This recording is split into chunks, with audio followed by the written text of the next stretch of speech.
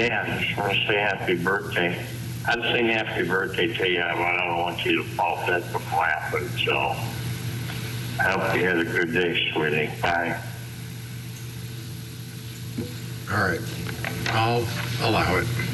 Judge, I just want my objections noted for the record. I don't think it fits the statute. I think it's overly prejudicial.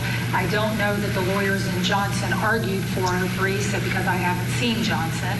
So I don't know that they preserved the record in any way on that issue as to that objection. All right. Well, it shows the loss that she has because she's not going to get any more of those messages, any more of those phone calls. And it's not overly prejudicial at all. I don't think it's just happy birthday. Is the court going to allow the last line on that page? Yeah, I mean, that's all she has left, right? So that's the impact on her.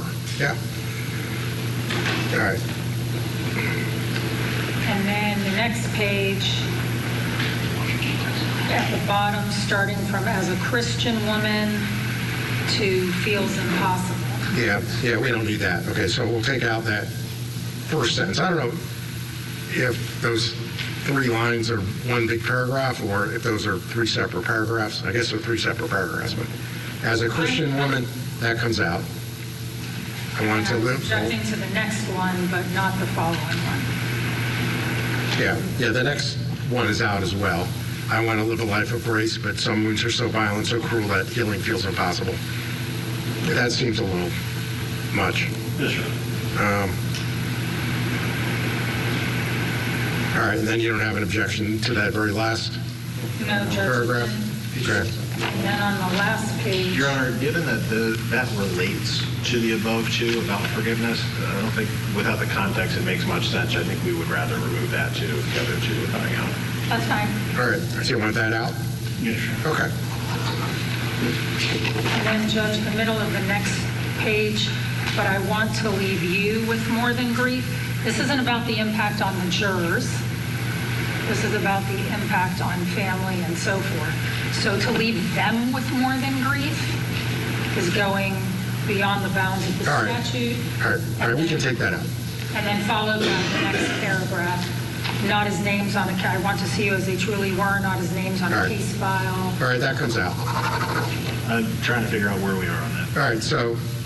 But I want to leave you with more than grief. All right, so it's 1, 2, 3, 4. I guess it's the 5th paragraph down. It starts with the word but. Yes, but. Okay. And then including the 3 lines after that. Those are Right. as well.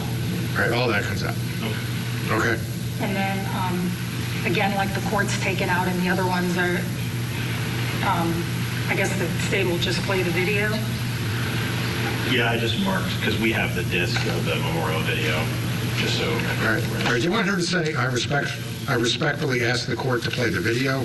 That's what I was We can taking take that out, out. like based on the other Okay. ones you took out. Okay, so we'll take that one out, and then you'll just say that you're going to play the video now. Yeah. As part of victim impact. So, Judge, there is one more thing in relation to victim impact I want to bring to the court's attention. Okay. Because we had a little bit of editorializing with the last 2 victim impact witnesses, Mark Ivancic and Richard Ivancic. We went through their statements. It was clear what they were to say and not to say, and they both ended their statements because of him over there pointing. And so I'm going to ask that you refrain. Yeah, I mean, I know that at the last one at the very end, he said what he was supposed to say, and then he said, by the defendant. But I don't think he pointed at anybody, did he? He did. I didn't see I that. don't recall that. I may have missed it. I'll reiterate to Renee to not exceed. But Richard Ivancic pointed at the defendant because I watched it yesterday on court TV. So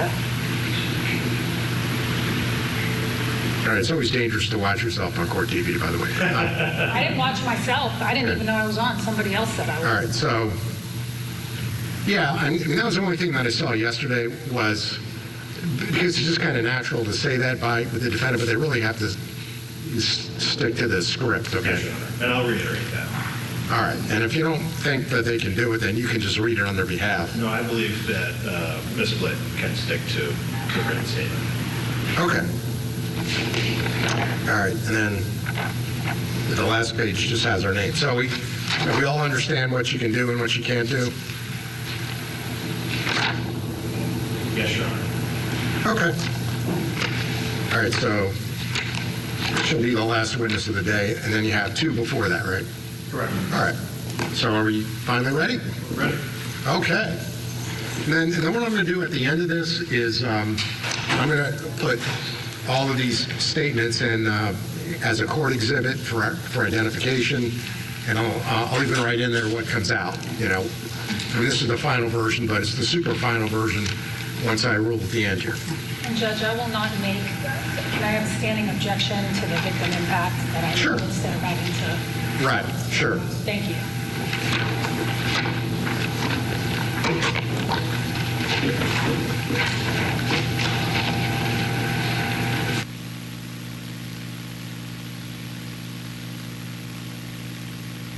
Still with us, trial attorney Alexis Rosenberg in the state of Florida. You know exactly what I'm going to talk about right here.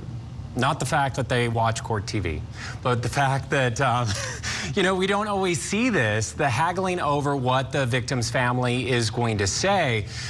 So apparently they had to submit it in writing before they make the statement in open court. A lot of times they just walk to the podium and just speak from the heart. I think what is different here than what you're referring to, Matt, is the fact that this is the death penalty sentencing phase, and the jury is going to make a determination as to whether he's going to be sentenced to life or sentenced to death. And so the judge is being cautious as to what is being said, that might somehow taint that process. And that's why we're going through this. Normally, we don't have this phase at a sentencing if you don't have death penalty on the table. Great point, great point. And you're there in the state of Florida. So on the other end, he with his attorneys, they are death certified. They are preparing what they may say before the jury, before they go in the back room. Do you think that he'll make a statement?